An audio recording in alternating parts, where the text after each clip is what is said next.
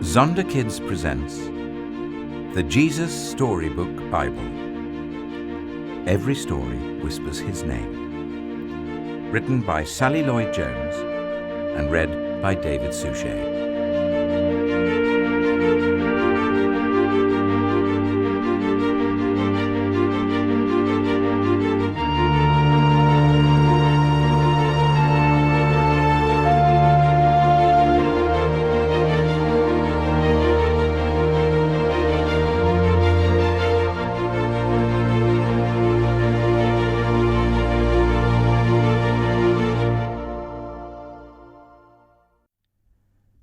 A new beginning.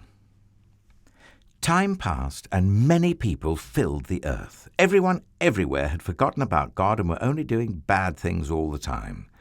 God's heart was filled with pain when he saw what had happened to the world he loved. Everywhere was disease and death and destruction, all the things God hates most. Now, Noah was God's friend, which was odd in those days because no one else was. But Noah listened to God. He talked to God. He just loved being with God, like you do with your best friend. Noah, God said, things have gone wrong. People have filled my world with hate instead of love. They're destroying themselves and each other and my world. And I must stop them.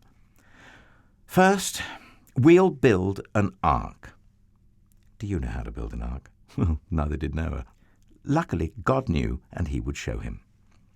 A storm is coming, God told Noah, but I will rescue you, I promise. I'll send the animals to you, ones that creep and crawl and slither and slime and gallop and hop and bound and climb.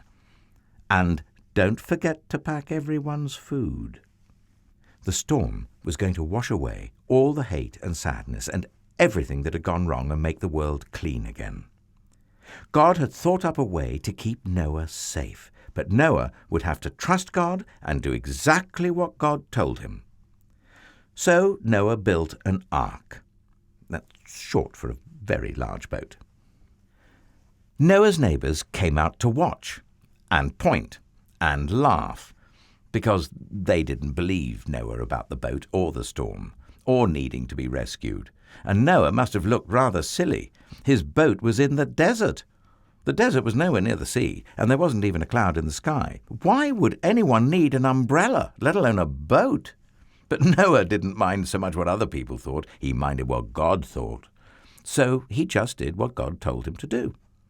When the ark was ready, God said, "All aboard!" And Noah's family and all the animals climbed inside. Then God shut the door. And it started raining. For minutes that joined up into hours, that joined up into days, that joined up into weeks and weeks. And the rain joined up into puddles, that joined up into rivers, that joined up into lakes, that joined up into a flood that covered the whole world. Their boat, that had once seemed so big, suddenly seemed very small. But in the middle of the huge storm, in the crashing waves, in all the thunder and lightning, and through it all, God was with them, and God kept them safe for 40 long days and 40 long nights. Finally, the rain stopped. The sun came out, and Noah threw open all the windows. "Hooray!" everyone shouted. Noah sent his dove out to explore, and it wasn't long before she brought him back a fresh olive leaf. Now, everyone knew exactly what that meant. She had found a tree and land. The water was going down. At last, the boat landed quite suddenly on top of a great mountain. As soon as it was safe, God said, "Out you come!" And so they did, everyone skipping and dancing onto dry land. The first thing Noah did was to thank God for rescuing them, just as he had promised. And the first thing God did was make another promise. I won't ever destroy the world again. And like a warrior, who puts away his bow and arrow at the end of a great battle. God said, "See, I have hung up my bow in the clouds." And there, in the clouds, just where the storm meets the sun, was a beautiful bow made of light. A rainbow.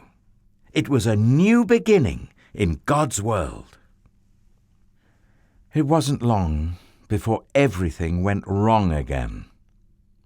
But God wasn't surprised. He knew this would happen.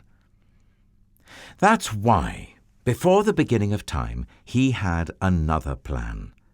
A better plan. A plan not to destroy the world, but to rescue it. A plan to one day send his own Son, the rescuer. God's strong anger against hate and sadness and death would come down once more, but not on his people or his world. No, God's war bow was not pointing down at his people. It was pointing up into the heart of heaven.